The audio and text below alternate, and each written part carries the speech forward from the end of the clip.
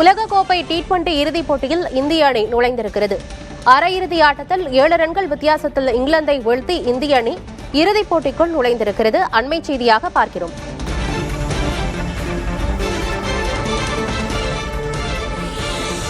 அரையிறுதி ஆட்டத்தில் 7 ரன்கள் வித்தியாசத்தில் இங்கிலாந்தை வீழ்த்தி இந்திய அணி இறுதிப் போட்டிக்கு முன்னேறியிருக்கிறது. வரும் ஞாயிற்றுக்கிழமை நடைபெறும் இறுதிப் போட்டியில் நியூசிலாந்தை எதிர்கொள்கிறது இந்திய அணி.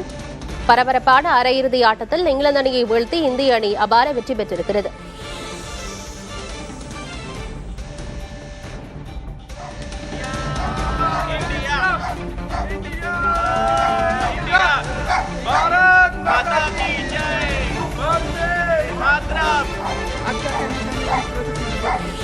जो बैटिंग करी इंडिया ने वो